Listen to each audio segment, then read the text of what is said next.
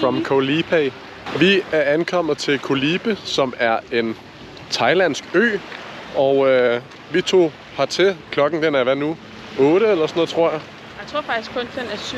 Kun 7. Føles bare som om, fordi vi har været på farten hele dagen, men vi kommer fra Langkawi i Malaysia, hvor vi har taget færgen, som tog cirka 1,5 time.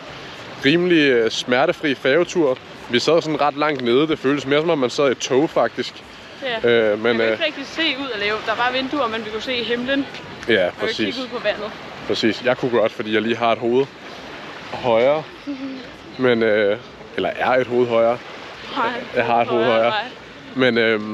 Men ja, det var en fin tur. Vi havde lige et par timer i havnen i Malaysia først, fordi man lige skulle lave sådan nogle immigration papers og alt sådan noget. Og så tog det også lige lidt tid at få pas og alt sådan noget her på Koh Lipe. Så jeg tror, vi tog afsted fra hotellet klokken 11:30 i morges. Og var nok sådan her på vores resort ved 5-tiden. Passer det ikke meget godt? Jo. Det omkring. Sejlturen i sig selv var 1,5 time, ikke? Så jo. Rimelig meget ude omkring. Præcis. Så, ja, vi har fået vores værelse. Det ligger der, hvor vi kommer fra. Vi går her på stranden. Hvad hedder den her strand? Jamen, den hedder jo faktisk 3 ting. Lige nu tror jeg, vi er på den del, der hedder Pattaya Beach. Pattaya Beach. Og er på vej over til Walking Street, som er lidt der, hvor det sker her på Koh Lipe, hvis man kan sige, at det sker noget sted. Ja, det er spændende.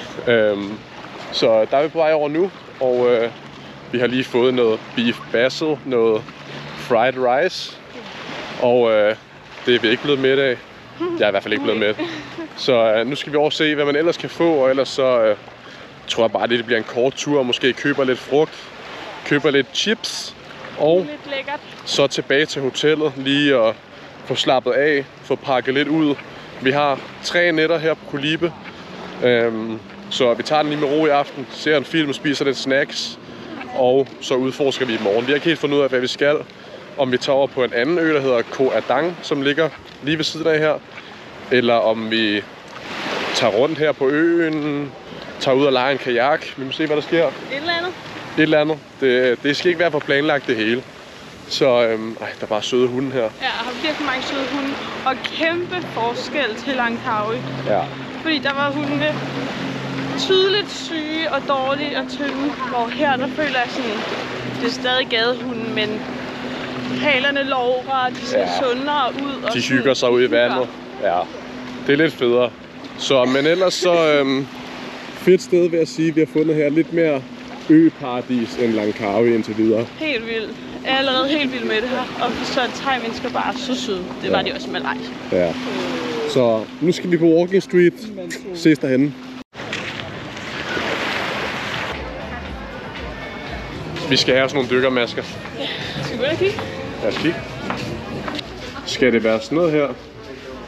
Eller hvad for noget maske skal man have? Hvad er det? Er det ikke de der med toppen? Jo, med hele hovedet. Hele hovedet. Skal vi bare have en almindelig maske? Maske og en snorkel. Jeg tror, vi finder en maske på et marked sted. Det her, det var en... Ja, der er ret hyggeligt. Det her, det var en rigtig butik, hvor mange af maskerne kostede 3.000 baht. Og så meget vil vi heller ikke give for det. Vi skal lige se nu. Jeg har fået et sygt godt indtryk af Koh Lipe. Har tilpas hyggeligt, lækkert, idyllisk, cute mennesker. Skal vi se, hvad en maske koster herinde? Ja. 350 baht for et sæt. Det er en 10. af prisen. Noget jeg var skuffet over i Malaysia, det var, at man ikke kunne få passionsfrugt nogen steder. Og her der har vi været i 4 minutter, og jeg har allerede set 3 passionsfrugtshakes. Så han er en glad mand.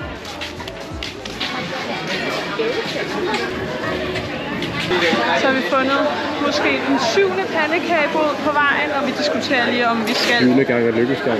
Skal vi have det her? Skal vi ikke? Prøv at se, hvor mange forskellige smage man kan få det med.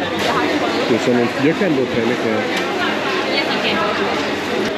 Vi har bestilt pandekager med Nutella, og Michael skal have Nutella med banan. Nej, Nutella og banan. En pandekage koster 10 kroner. Så er der altså pandekage. Jeg ved ikke helt, om jeg tør. Det er ret varmt. Men man får det ligesom i sådan nogle små Jeg kan godt lige have givet den noget triceps. Hun gav den fuld triceps. Det smager fantastisk. Det er Thailand. Det er Thailand. Thailand wipes. Wipes. Baby wipes. Dem vil vi spise. Jeg elsker hunden. Vi har fundet maske. Nu skal du ikke stå der og spille Big Spender, så kan du ikke engang betale. Kan du lige finde din pong frem? Så er vi sgu klar. Ej, det er 10 gange bedre med silikone. Vi valgte nogle med silikone. De er noget dyrere, men... Jeg vil nogle med silikone. And I got the cash. De har åbenbart et supermarked her på Kolibe. Det havde de ikke engang i Langkawi, stort set. Så står man her og kan se, at den koster 35, og så står man sådan, jeg ved ikke lige helt. Det er ikke 7 kroner. 7 kroner. Så er der friske forsyninger. Hvad skal der nu? Jeg skal have en passionsfrugtshake. Jeg har glædet mig til det lige siden Singapore faktisk. Ja. Fik jeg det i Kuala Lumpur? Nej, der fik du den der både var dragon fruit og passion fruit. Det er rigtigt, den var også god, men det er ikke en ægte passion fruit. Så jeg har glædet mig længe. Og du skal have watermelon, som du plejer. Som altid. Ja. Vi fik mango til aftensmad. Ja, den var faktisk også god. Ja, det var god konsistens. Men jeg tager mango i mangel på bedre. Ja, men det er lækkert også. Ja. Og en koster 60. Og hvad er det? Det er 12 kroner. Det er en farlig vane. Dem kan man godt drikke 1 eller 5 af om dagen. Så har han fået den længe ventede passionsfrugtshake. Det skulle lige til at blive rørt over. Fuck, det smager det godt. Passionsfrugt til mig, vandmelon til Lulz. Lad os smage på den. Men du skal ikke gå imens, så går jeg ind i ham der. Den kan du godt glæde dig til. Tak, det gør jeg. Godmorgen og velkommen til en ny dag her på Kolibe. Vi har lige fået spist morgenmad og ligger nu her på stranden. Vi har hotel lige heroppe, Sharina Beach Resort. Og vi har faktisk værelse lige der. Så receptionen er der, og vi har værelse der. Og det er sådan set meget fedt. Så i dag, der er planen egentlig bare, at vi skal slappe af. Vi skal se lidt, hvad der er på øen. Vi har en rimelig god strand her på hotellet. Og ellers så er planen, der er også noget, der hedder Sunset Beach, hvor som navnet antyder, det er der, hvor solen den går ned. Så der tænker vi at gå over i aften og se solnedgang måske. Og ellers så tænker jeg måske bare, at vi skal på Walking Street igen. Vi så i hvert fald i går. Vi spiste aftensmad på hotellet, og på Walking Street var det nok cirka halv pris. Selvom det var fucking billigt. Selvom det var billigt her på hotellet. Jeg tror vi gav, hvad gav vi? 100, du gav 150 baht for en steamed rice, ikke? Jeg tror vi endte fried med at rice. give 90 kroner for det hele, ikke? 90 for 2 shakes og 2 risretter. Ja. Så det var meget fint. Men nede i byen, der var det cirka halv pris. Så jeg tror vi gør det noget at spise i aften, men ellers så, så skal vi bare hygge os her. Det kan være, at I lige skal have en tur med mig i vandet. Skal I ikke det? I skal da lige en tur med mig i vandet. Og jeg kan godt afsløre, at jeg har allerede været i vandet, og det har Lulz ikke. Så lad os gå ud og smage på det. Den der bøve skal man nok ikke i karambolage med. 3, 2, 1. Ej, det er lækkert, når man er i. Do it. Do it. Ikke film udefra. Hvor blev fiskestimen af? Skal vi lige til at filme den? Den er herovre.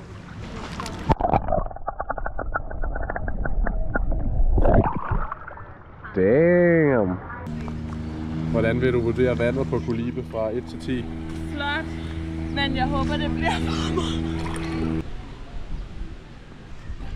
Så er vi lige kommet op her på vores altan for lige at få noget solcreme på og få pakket en ny taske. Så vil vi gå til frokost lige om lidt, og så overvejer vi faktisk at tage en kajaktur senere. Men jeg tænker lige, at jeg lige kan vise jer, hvor vi bor henne. Stranden er hernede, så har vi vores lille altan herude. Meget hyggeligt sted. Så kommer man ind, det ligner lidt en rodebutik lige nu. Har vi en seng, en lille tv, der ikke virker, og så ellers ikke så meget plads rundt om. Men der er hvad der skal være, så har vi et lille safety box, minibar og et lille badeværelse og varmt vand. Så Det er et helt fint sted, det her. Det er... Man betaler mest for beliggenheden, tror jeg. Men det er en meget hyggelig lille strandhytte. Der er virkelig, virkelig lyt, vil jeg sige. Vi blev vækket sådan 7:30 i morges af, at der var nogen, der gik og brændte et eller andet af, eller startede en båd, eller hvad det var. Det var i hvert fald ret vildt. Og vi havde også svært ved at falde i søvn, fordi at, vi kan høre, hvad naboerne snakker om, og hvad de ser, og om de ligger og hoster og sådan noget. Så det er lidt irriterende, men det er the wild life, det her. Så er det ikke lidt det? Det er måske ret luksus. Det er ikke så wildlife. Nå, fair nok. Jeg føler, det er wildlife. Men ja, nu er vi smurt solcreme på. Skal vi lige have en lille trøje på. Og så vil vi finde noget frokost, inden vi skal se, om vi kan få lejet en kajak. Nå, ses til frokost. Der ligger mange af sådan nogle restauranter heroppe. Nogle steder kalder de det beef basil. Nogle kalder de det pad kapau. Det er lidt forskelligt. Det er sygt saltet, den her. Jeg plejer aldrig at salte noget. Nej. Lidt taste. Jeg tror godt, de kunne se på mig, at jeg så lidt bleg ud, så de har ikke lavet den så stærk, som de plejer. Hen over frokosten er det blevet så lavvandet. Altså de her sten, som Michael skal til at gå forbi nu, de var dækket af vand. Ud i vandet med os.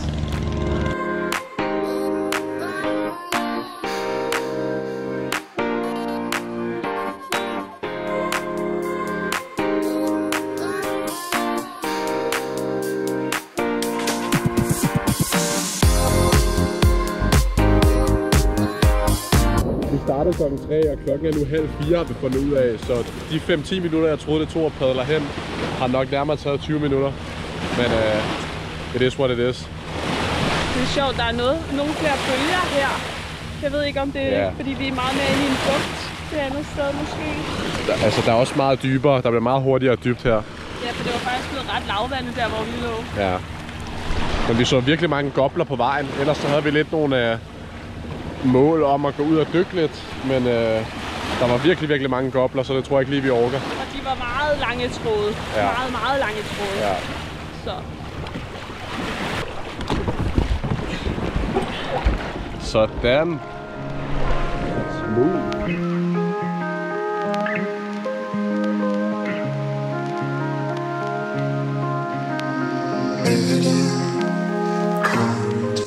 Så vi er out again. Vi skal til Sunset Beach. Sunset Beach. Let's go! Det er en camouflagehund. Da vi startede dagen, der kunne man bade her. Så det har fandme trukket så meget tilbage. Ja. Der må da også være et par bådejere, der synes, det er lidt træls. Ja. Nu har jeg fået beef basil 3 måltider i træk, så her til aften der er jeg altså on the hunt for en bestemt ting, og det er... Tom Yum. Nej, Panang Kai. Man kunne faktisk godt få det der, hvor vi spiser frokost, men det kostede bare spidsen af en jetjæger. Eller i hvert fald i forhold til thai-priser. Det koster 80 kroner. Koster 80 kroner, ja. Det synes jeg var lidt dyrt. Det er selvfølgelig stadig billigere, end da jeg gav 175 på Vokshop for 2 uger siden. Men ja, først så skal vi lige til Sunset Beach, hvilket er, kan man sige, det sted her på øen, hvor man kan se solnedgangen. Det er en side af øen, hvor solen går ned. Så der skal vi hen nu, og se om vi kan nå det. Klokken er lidt over 6 nu. Solen den går ned 6:30. Og ifølge GPS'en skulle vi være der cirka 10 over kvart over, så det er ikke en så lang tur derhen. Så vi ser om vi når det. Se om det er flot. Jeg tror vi er ved at være der, men det ligner mere at vi kommer ned til et eller andet privat eller et eller andet. Det ser ikke ud til at der er særlig meget gang i den i hvert fald.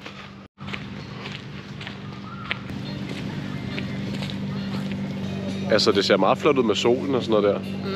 Men jeg troede seriøst, det ville være sådan en kæmpe strand. Jeg troede, det ville være langt til vores. Altså også med sådan nogle restauranter. Ja, ja. Det ser meget småt ud, men til gengæld er det ikke nogle rimelig vilde hytter deroppe. Deroppe. Ja. Skal vi ikke sætte os og vente på, at det går ned? Jamen, så er det bare at vente på, at solen den går ned, kan man sige. Det ser bare på ingen måde fedt ud med solnedgangen på det her kamera. Nå, men det var jo beautiful, selvom solen den endte faktisk med at gå ned lige bag ved en sky. Så hele solnedgangen blev det ikke til. Men nu skal vi til Walking Street, som er der, hvor vi var i går, og finde noget aftensmad. Så jeg tænker bare, at vi ses derhen, fordi vejen derhen, det er faktisk bare den samme vej, som vi lige har gået. Så ses! Så har vi bestilt thai-mad. Hvad har vi bestilt?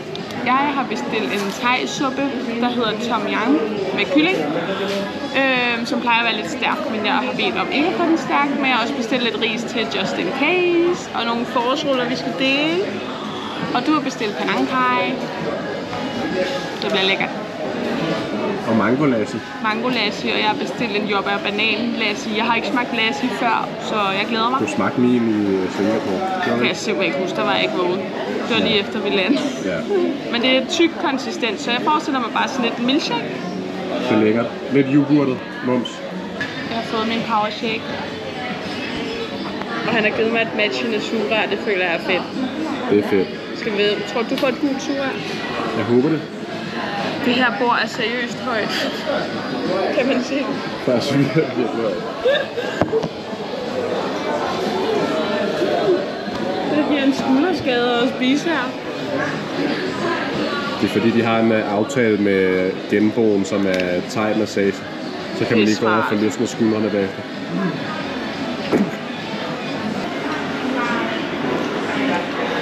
Det smager af power shake fra Joe. Synes jeg. Ikke lige så vanilje. Hvad smager? Til en tredjedel af prisen. Ja.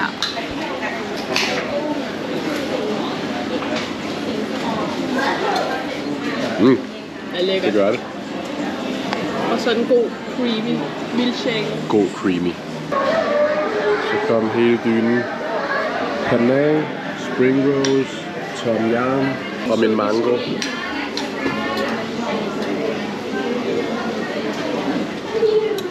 Det smager meget godt.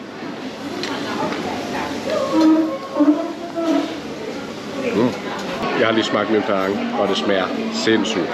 Det har jeg glædet mig længe til. Varm. Men lækker. Og den er sådan tilpas stærk. De kan virkelig være stærke, sådan nogle her. Men den er okay. Jeg skal nok ende med at få det varmt, men det kan spises. Det kunne være, at du skulle have haft det. Michael har været snottet hele dagen, så jeg tror, han skulle have haft en spicy soup. Det kan være. Nu vil vi i hvert fald nyde det her, og så ses vi til desserten. Så blev vi done, og du har det varmt. Og det blev 520 baht for 2 hovedretter, spring rolls, en vand og 2 shakes. Det er 110 kroner. Ja. Så vi har spist fint i dag, hva'? 110 kroner, det er lidt mere end hvad en panang kostede på hotellet. Ja. Så vi har været ude og spendere penge. Og, Men det er også de der lassier. Havde man købt en Cola Zero eller bare en vand, så havde det jo kostet noget helt andet. Bare en fruit shake tror jeg kostede 60, fordi det var en lassi, kostede den 110. Skal vi ind her? Ja. Og i går fik vi pandekager til dessert. I dag tror jeg, vi skal have noget frisk frugt. Og noget chokolade. Jeg har her meget lyst til Toblerone, så det tror jeg, vi skal have. Så jeg tror bare lige, vi går igennem supermarkedet, eller hvad man får styr på mange mennesker. Og så ses vi derhjemme. Så er vi kommet hjem, og Toblerone blev det ikke til, men jeg fandt de her kiks med chokolade. De havde ikke Toblerone, så jeg tænkte, jeg gad ikke gå i en anden butik. Det måtte være en tegn på, at jeg ikke skulle have dem.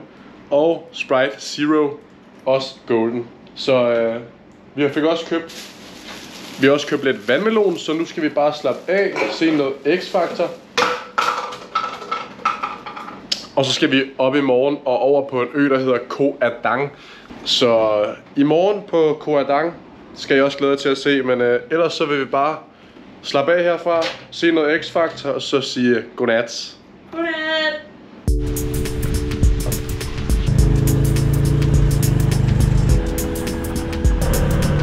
Godmorgen, endnu en dag er skudt i gang her på Koh Lipe i Thailand. Vi er lige blevet sat af en taxa her på Sunrise Beach. Eller hvad man kan kalde det. Vi er på vej herhen, og hvad man kan kalde taxaen. Ja. Det var bare sådan en lille knaller, den kørte 20 i timen, og så med sådan en lille sidevogn. Der er ret sjovt, fordi her på Koh Lipe, der er det meget sådan bumpet, og det er meget op eller meget ned.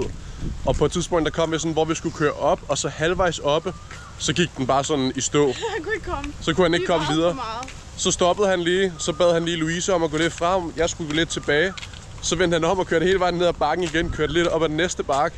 Og så kørte han ned, fik tilløb, og så kom vi hele vejen op ad bakken. Så det var ret grineren. Men det må man sige. Så nu er vi her på Sunrise Beach, og vi skal med en longtail-båd over til noget, der hedder Koh Adang, som er faktisk en større ø end Koh Lipe, men ikke rigtig beboet på samme måde. Så nu skal vi ned og se, om vi kan finde longtail-båden, og så ses vi bare over på Koh Adang. Prøv lige at filme der, hvor flot det er. Der er seriøse bølger i dag. Wow, fuck, det er blåt, hva'? Ja.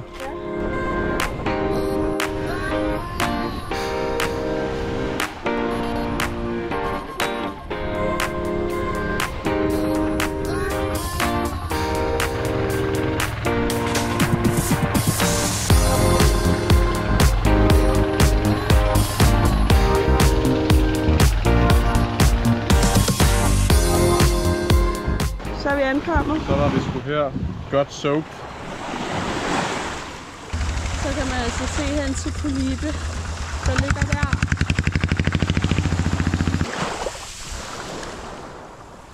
Der ligger sådan nogle små telte her ved stranden. Jeg tror faktisk, det er nogen, man kan sådan lege og bo i, ligesom en sådan en strandhytte. Meget hyggeligt sted. Sådan camping i Thailand. Skilt. Det føles ret meget som sådan en stor campingplads. Ja. Det er meget mere nede på jorden og sådan stille og roligt. Der er ikke en lyd.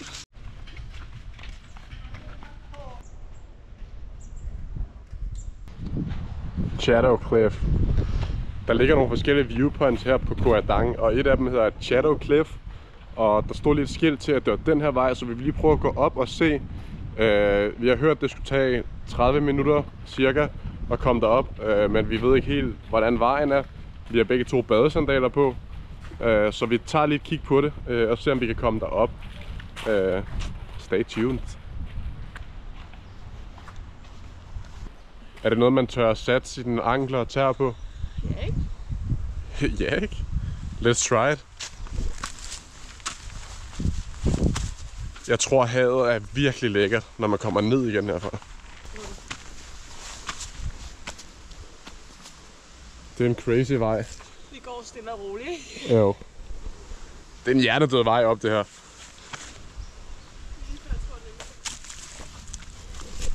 Det er seriøst med både tæer og ankler som indsats, det her. Så hvis man gør det her, så skal man måske lige overveje at have et par ordentlige sko med. Vi mødte lige nogle franskmænd, og de kiggede ned på vores fodtøj, og de sagde, det er fint nok til at komme op det der, men I får nok problemer, når I skal ned igen. Vi mødte lige lidt flere, der sagde, at de her sko, de var helt hen i vejret. Så prøv at kigge på det her, mand. Det er crazy. Jeg tror, det bliver nøjere nedad. Jeg tror også, det bliver crazy nedad. Der er 3 viewpoints, tror jeg. Og Shadow Cliff er vist det første. Og der siger de, der burde det være okay. Men det bliver nøjere lige inden. Ja, lige inden skulle det være sygt. Men hvis vi vil op til de andre viewpoints, så tror de ikke, vores fodtøj kan klare det. Så vi ser, hvor vi ender henne. En lille godbid. Et halvt viewpoint.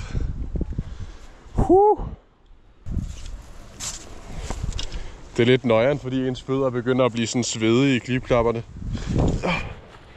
Vi er kommet til viewpoint 1. Og nok også endestationen for os.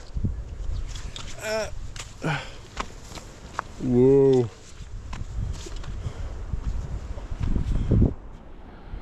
Crazy. Viewpoint 1 på Koh Adang. Koh Lipe. Hvad siger vi? Var det ikke endestationen, det her? Det er fandme flot. Man glæder sig ustyrligt meget til at komme ned i vandet nu. Hvad synes du om turen herop? Mere nøjere end forventet. Ja, same. Men jeg tror faktisk, det bliver mere nøjere nu. tror jeg også. Fordi man kan godt mærke, at ens fødder sveder. Og det giver ikke så meget modstand i badesandalen. Så hvis man lige træder et skridt ned, så føles det som om hele foden den er på vej ud. Også fordi jeg føler, at alle vi mødte, der var på vej ned, de var udfordret. Ja. Men der er flere viewpoints oppe. Men ja, vi vil gerne beholde vores tæerankler på resten af turen. Ja. Så jeg tror, vi kalder den... Vi nåede det første. Vi nåede det første viewpoint. Jeg vil sige, selv i badesandaler, så kan jeg anbefale det. Ja. Jeg vil måske anbefale anden sko, men jeg synes, det gik. Det gik okay. Stay tuned på vej ned. Og skal man have vand med. Man skal virkelig have meget vand med. Hvad siger vi? Skal vi ned igen, eller? Ja. Ned og have en dukkert? Ja, det var dagens motion. Ses på bunden. Så er vi nede. Vi kom ned. Det var faktisk okay ned. Det var okay. Hvis man lige kunne holde styr på sin fodtemperatur, så foden den ikke skværtede igennem, så var det faktisk fint. Så, men det var lidt nemmere, fordi pulsen ikke var lige så høj. Ja, og man vidste, hvad der kom på en eller anden måde. Ja. Så vi klarede viewpoint 1 ud af 3. Men det var egentlig også kun det, vi kom for. Jeg ved ikke om 1'eren eller 3'eren er Shadow Cliff. Nej, det er selvfølgelig rigtigt. Men ja, vi har ankler og tær i god behold, og det er nok det vigtigste. Men det var sygt pænt. En god tur. Ja. Så nu sveder man også rimelig meget, så nu er det bare direkte i havet. Yes. Og det har jeg glædet mig meget til. Det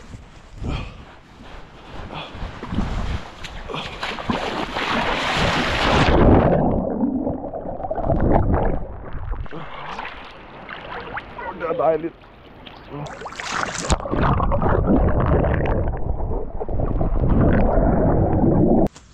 Klokken den er 12 nu, og vi bliver hentet klokken 15. Ja. Så vi har lige 3 timer til lige at ligge her og slappe lidt af. Og det er dejligt og velfortjent. Det er så rart. Så fik vi daset lidt, det var skønt. Vi har lige haft et par timer på stranden, hvor vi bare har badet og slappet af. Der er virkelig lækkert vand. Virkelig lækkert vand. Og bare, Det er skønt. Meget tropisk. Så nu skal vi lige op i skyggen. Klokken den er 2. Vi bliver hentet om en time. Går vi lige op og skyller saltvandet af her, og så tror jeg lige, vi sætter os og spiller lidt kort og slapper af. Vi har fået rigelig sol for i dag, tror jeg.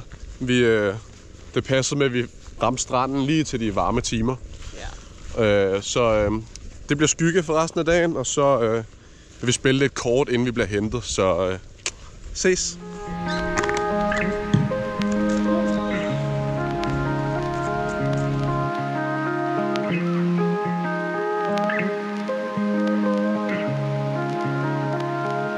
Jeg tror, at den der hund har verdens bedste udsigt fra sin hundekurv. Så siger vi farvel til Koh Adang. Tilbage til Koh Lipe. It's been a pleasure.